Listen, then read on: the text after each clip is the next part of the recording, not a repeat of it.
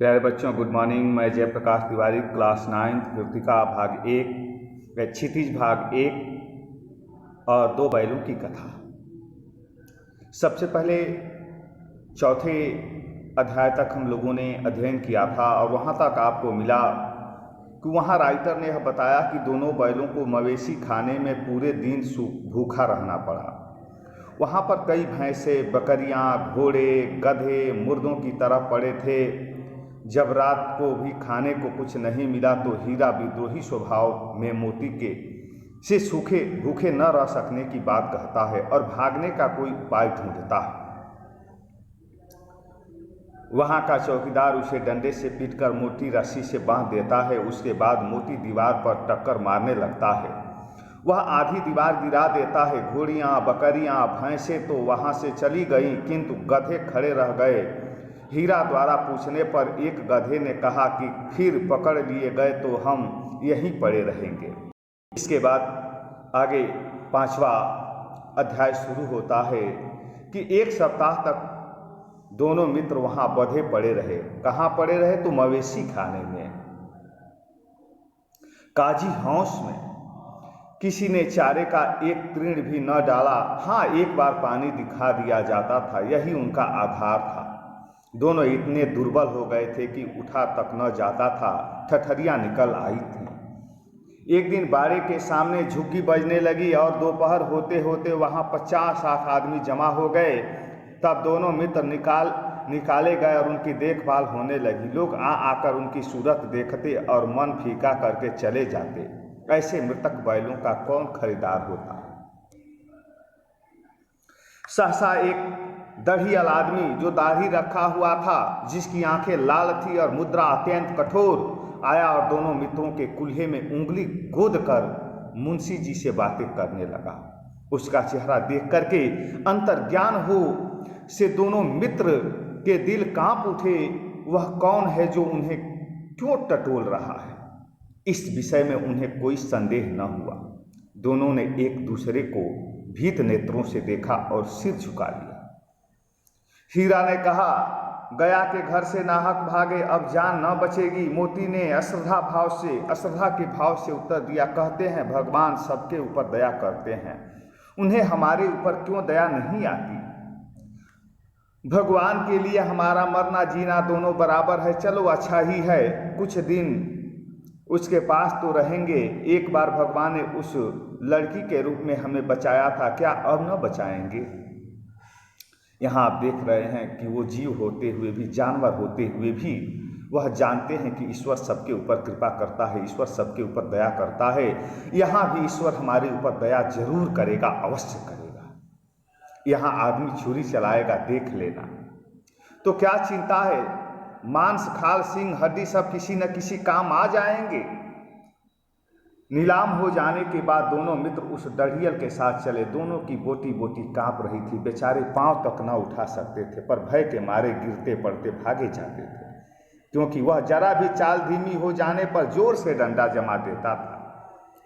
राह में गाय, बैलों का एक रेवड़ हरे हरे हार में चरता नजर आया। सभी जानवर प्रसन्न थे, चिकने चप्पल।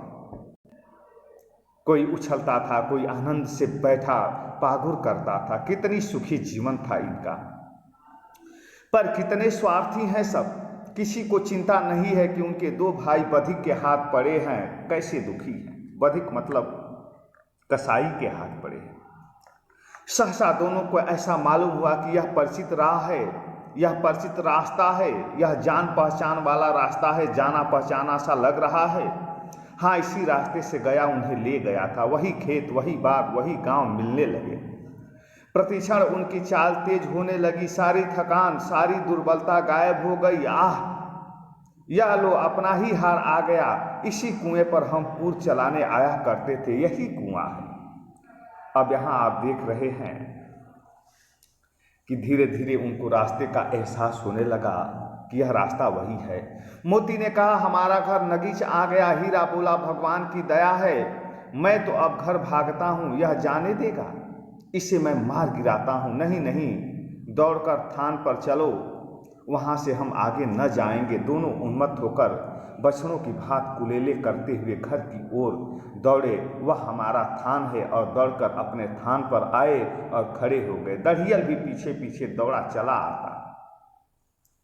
झूरी द्वार पर बैठा धूप खा रहा था। बैलों को देखते ही दौड़ा और उन्हें बारी बारी से गले लगाने लगा। मित्रों की आंखों से आनंद के आंसू बहने लगे। एक झूरी का हाथ चाट रहा था। दढ़ियल ने जाकर बैलों की रस्सियां पकड़ ली। झूरी ने कहा, मेरे बैल हैं, तुम्हारे बैल कैसे हैं? मैं मवेशी खाने से नीलाम लिए आता हूँ। मैं तो समझा हूँ चुराए लिए आते हो, चुपके से चले जाओ। मेरे बैल हैं, मैं बेचूंगा तो बिकेंगे। किसी को मेरे बैल नीलाम करने का क्या अधिकार है, क्या अख्तियार है? जाकर थाने में रपट कर दूंगा। मेरे बैल हैं, इसका सबूत यह है कि मेरे द्वार पर खड़े हैं। दढ़ियल झल्लाकर बैलों को जबरदस्ती पकड़ ले जाने के लिए बढ़ा। उसी वक्त मोती ने सींग चलाया। दढ़ियल पीछे हटा। मोती ने पीछा किया। दढ़ियल भागा। मोती पीछे दौड़ा। गांव के बाहर निकल जाने पर वह रुका, पर खड़ा दढ़ियल का रास्ता देख रहा था। दढ़ियल दूर खड़ा धमकियां दे रहा था, गालियां निकाल रहा था, पत्थर फेंक रहा था, और मोती विजयी सूर की भांति उसका रास्ता रोके खड़ा था। गांव के लोग यह तमाशा देखते थे और हंसते थे। जब दढ़ियल हार कर चला गया तो मोती अकड़ता हुआ लौटा।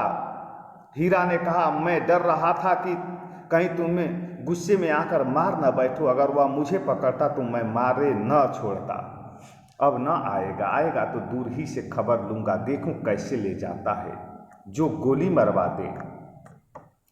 मर जाऊंगा पर उसके काम तो न आऊंगा। हमारी जान को कोई जान ही नहीं समझता, इसलिए कि हम इतने सीधे हैं।